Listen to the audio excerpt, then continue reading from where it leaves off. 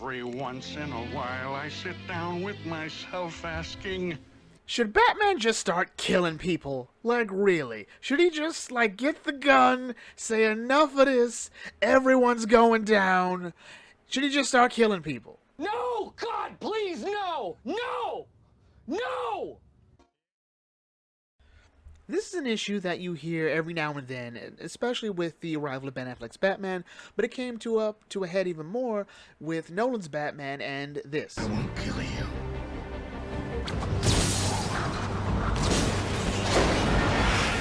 But I don't have to save you. Granted, in movies, Batman's no-kill policy has been pretty lax, and it's only with the creation of a sort of superhero universe, courtesy of Disney and Marvel, do I think the question really became an issue for wider audiences. Like, it's something that you hear about more.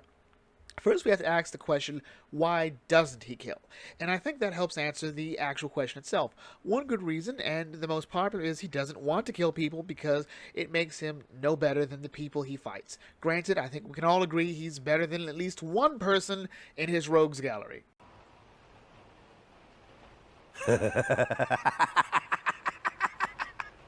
But we'll save that person for later and look at everyone else as just disturbed mental patients who Batman wants to help, and killing them denies them a chance to get better, as well as possibly hoping that he himself will get over his own trauma and issues. One thing I gotta know. Why'd you stay with me all day, risking your butt for someone who's never given you anything but trouble? I know what it's like to try and rebuild a life. I had a bad day too, once. Nice guys like you shouldn't have bad days. You know, one doesn't quite get over this. Tom! Oh God! Oh God, Tom! Be quiet, lady. Just shut up. Stay away from me! Run! Mommy!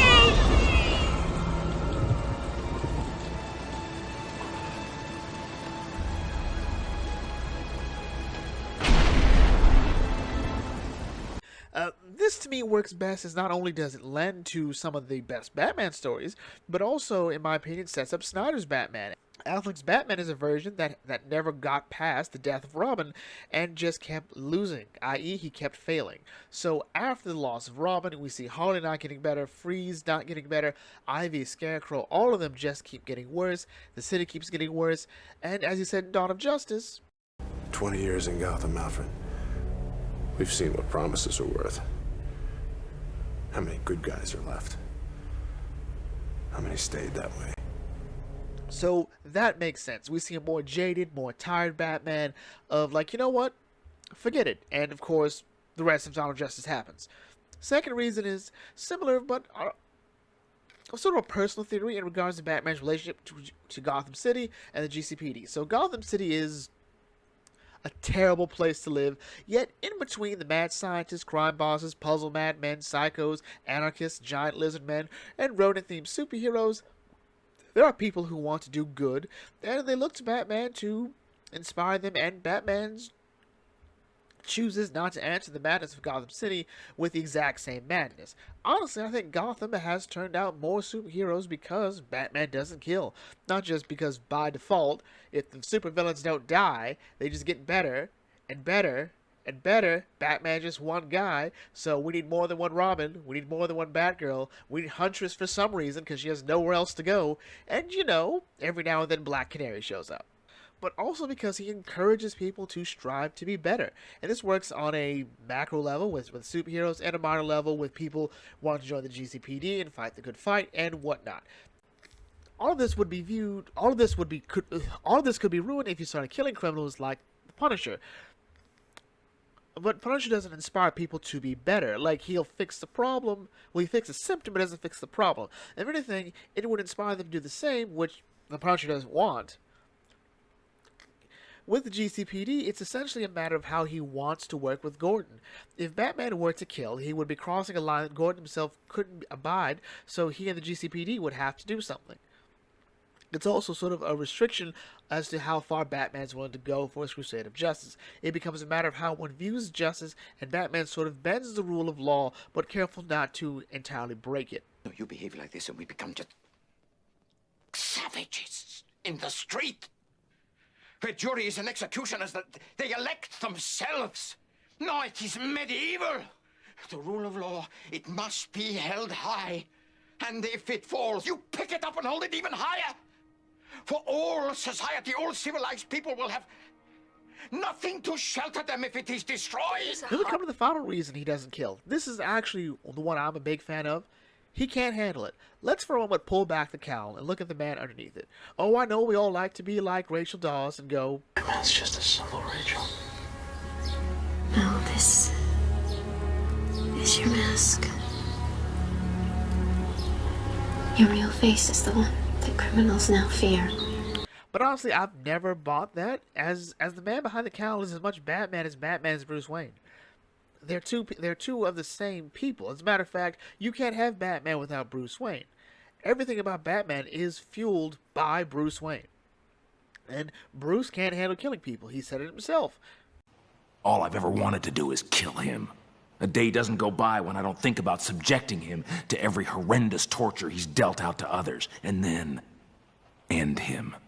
But if I do that, if I allow myself to go down into that place, I'll never come back. And this is reflected in things like the Dark Multiverse and the Grim Knight, where Bruce Wayne, who uses guns, turns Gotham into a police state. Even someone like the Joker cannot be an exception, as much as he would like to just end him. Despite the friends he's crippled, the minds he's destroyed, the lives he's ruined, Batman can't do it. Not while he's Batman. You want to know something funny? Even after everything you've done, I would have saved you.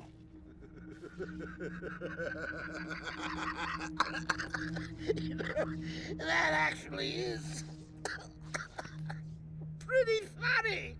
And that is in part what drives Joker crazy, that he can't bring Batman down to his level, and that he can't seem to give Batman the same one bad day that broke him. In Batman's mind, every person deserves a chance. They cannot be defined by their one mistake. Every life is precious. If you stop them now, they never get a chance to get better, and they could do so much better for the world. This is actually true of most of Batman's rogues gallery. Like, Poison Ivy could do so much more. Harley could possibly do so much more. Scarecrow could do more. We knew Harvey Dent could have done so much more had he not had acid thrown on his face or that explosion from the animated series. Ultimately, though, I've never thought the question mattered. But my answer would be this. Batman can kill, despite what I just said earlier, but Bruce Wayne can't. The idea that years down the line, Tim or Damian will take up the mantle and not kill, to me, is ludicrous, and even further because they don't have Bruce's hang-ups. Ultimately, that is the fun part of Snyder's BVS. It's not Batman at that point in the movie, it's Bruce Wayne. It's funny. You would talk about people who died in my arms. Because when I held Harley Quinn, and she was bleeding and dying, she begged me with her last breath that when I killed you, and make no mistake, I will fucking kill you, that I do it slow. The reason I've never cared, especially when it comes to killing the Joker, who definitely should be an exception to the rule here, but Batman has been very consistent on the fact he won't kill people for the most part. When it comes to killing the Joker, it's weird that no one else wants to do it unless Bruce is there, unless Batman's there. Like, Batman, I'm gonna kill the Joker, you're gonna stop me. Batman's like, look, if you try to kill him in front of me, I gotta stop it. You can just wait till I leave and just go kill him on your own time. I don't need to be here for this. Look at Under the Red Hood.